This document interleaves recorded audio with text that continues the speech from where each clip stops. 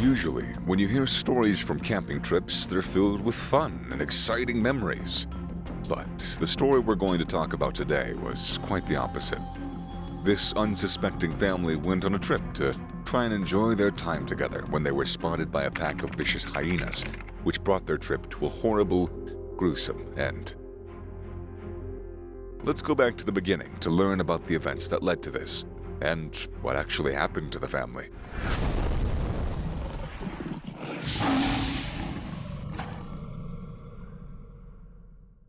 On Friday 24th of June 2016, 15-year-old Erko Janse van Rensburg, his two sisters Zelia and Kyla, and his parents Erno and Cassandra Hanse van Rensburg arrived safely in Kruger from their home in Irene, Centurion. Erko and his family had come prepared to enjoy all the beautiful features that the park offered.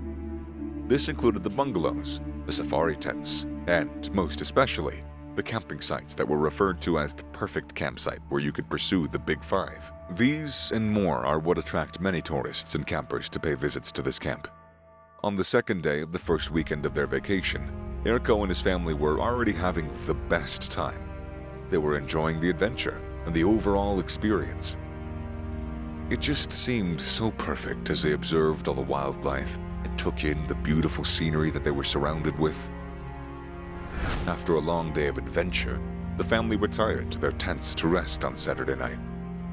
The entire environment is quiet, and in that silence are the sounds of wildlife, producing a subtle ambience.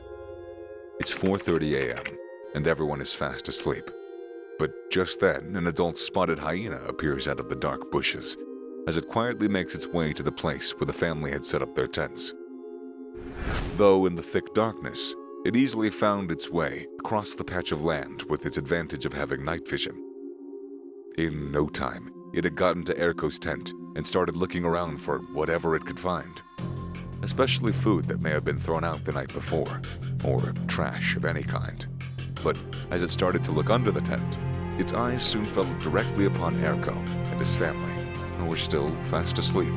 For animals capable of denting and crushing 1-inch pipe without hurting their teeth, and even taking down an animal twice their size while ripping their bones apart, sleeping humans to them were basically free food. They conceived it to be a mere carcass, and as the wild man-eaters that they are, they wouldn't stop to check for a pulse before they attacked. These creatures have the strongest bite compared to any predator that you can think of, even stronger than lions or bears. And so, with young Erko fast asleep and with no form of protection against attacks, the hyena stands over his head without moving an inch, as though trying to quietly examine its meal for a few seconds. Once it had feasted its eyes, it went in for a bite, and it crunched his skull. The sound of Erko's skull crushing under the powerful jaws of the ravenous beast was gut-wrenching. Erko jumped up as adrenaline shot through his veins, but the little boy was no match for the hyena. The ravaging beast dragged Erko across the patch of land back to the bush from where it came, about 100 feet away from the tent. The beast dragged Erko by the collar of his pajama top before it finally sat on him to continue feasting upon the poor child. All this while Erko, who was still conscious, had been screaming in utter horror and pain as he was pulled like a mere blanket. All of the rustling and the screams woke his uncle, Joanne, who had been sleeping in another tent just by the tent that Erko's family had set up. Joanne immediately sprung out of his tent and followed the screams of the little boy, only for his eyes to fall upon the awful image of his nephew being mauled by the vicious beast.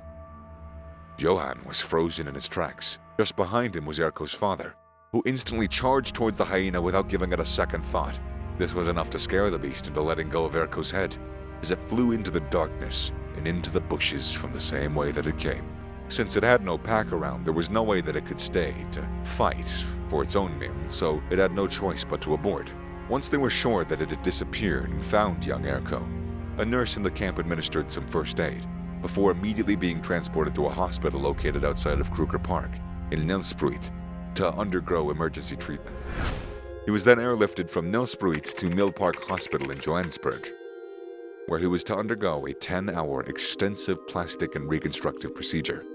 Erko had sustained severe injuries to his bones and the soft tissues in his face. As he was wheeled into the operation theater, Erko was immediately placed in a medically induced coma by the doctors to allow them to perform a tracheal incision so that he can breathe while he's being operated on. Doctors feared that his blood pressure was likely to drop a lot lower than safe levels during the operation. To prevent this from happening, they had to perform the 10-hour-long surgery with very little anesthetics. This sadly means that the young boy was most likely somewhat conscious while the extremely painful procedure was going on. After 10 long hours of operating on young Erko, he was finally wheeled out of the theater and was heavily sedated while the medical staff waited for the swelling in his face to subside. During an interview with reporters, Cassandra Janse van Rensburg, Erko's mom, stated that her little boy would still need several more surgical procedures so that they can repair all the damage that was done to his face. She mentioned that he's also under preventative treatment for rabies and other infections, and went on to add that he still looks like her little boy, and that he'll always have a sweet little boy's face to her, which is really, really sweet considering the fact that the attack left Erko with permanent scarring on his face, and it took one of his eyes. While Erko was safe at the hospital back in Crocodile Bridge Camp in Kruger, park rangers went in search of the ravaging beast. The suspected female responsible for the attack, but unfortunately their search was to no avail. All they were able to find was a hole under the fence that surrounded the camp. They realized that the hyena must have crawled in through this hole after perceiving food. It was believed that the hyenas in Kruger Park were known to frequently visit the campsites as tourists, and campers had formed the habit of feeding them. Whatever had been responsible for that hole in the fence still remains unknown. However, it led to the most terrifying hyena attack in South African history. At the end of the investigations, William Mabasa, the chief spokesman for the park services, appealed to tourists and visitors in wildlife areas to abstain from feeding animals, as they only end up getting too comfortable as they begin to gravitate towards tourist areas. Once these animals begin to associate human beings with food, they immediately lose whatever fear they instinctively had for humans.